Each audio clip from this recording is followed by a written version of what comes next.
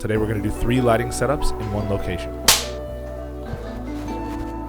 Stay tuned to find out how we go from this to this to this.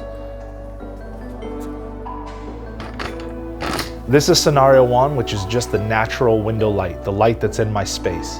I'm not doing any artificial lighting. At most, I might control the light. The problem with using only existing light within a space is that the light will change over time.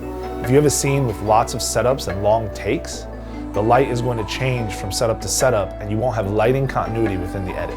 If you're dealing with changing light, whether you're shooting outside or inside, start with the wide shot first, and then you can move in for close-ups where you have more control. For this, I like the window light coming in and I was able to get a good exposure. The shadow side was a little too dark. So instead of bringing in a light, I brought in a 4x4 piece of beadboard and I reflected the window light back into the shadow side of the face, bringing it up a whole stop. On, off. The last thing I want to do here is control the spill of the light on the wall. It's a little too flat. So I decided to add a 2x3 flag to add a soft cut to the back wall and give it some texture. Off, on. This is what I was seeing for false color.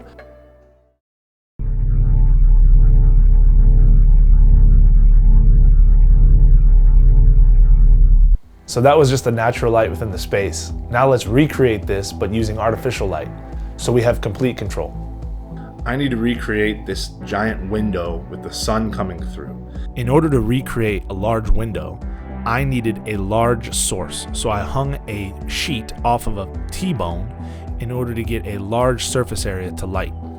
I then added my Aperture Amaran 300C and my Aperture 300D Mark II through the sheet, Striking to create my key light. This is with just the artificial key light from my 2 lights coming through the big diffusion. Now remember, this is what it looked like with just natural window light. They look similar, but the natural window light is way cooler and has more green in the image than my artificial lighting. So we'll have to dial down the color temperature in the camera to compensate. I wanted more of our focus to be on the subject. I felt the wall in the back was too bright, so I added another flag to cut some of the light off the back wall. Before, after.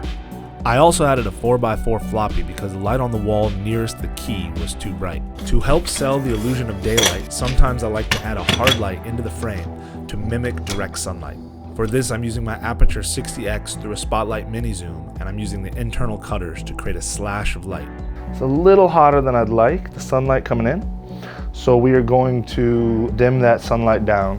We're gonna go down to 50%. Here's my false color. Notice how I have on my IRE scale gray set to 55 to 65 IRE, and that is the highlights that's falling on the key side of the cheek. All right, here we are in the artificial lighting setup. It is recreating the daylight look that we had before, but now I've got complete control over all the lights.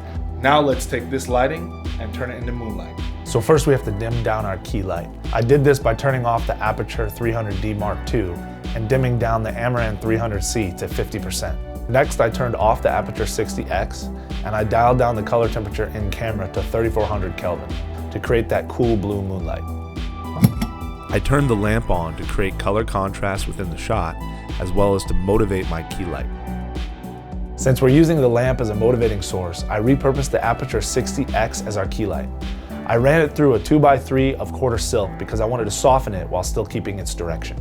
A lot of times, cinematography is more about controlling light than adding light. It's about controlling where the light falls and creating shadow and depth. So for this, I hung a black plastic tablecloth off the ceiling as a cutter, and then I added flags to the side to really control the spill of the moonlight on the back wall. That's it. That's our third and final lighting setup. Let's take a look at the final scene.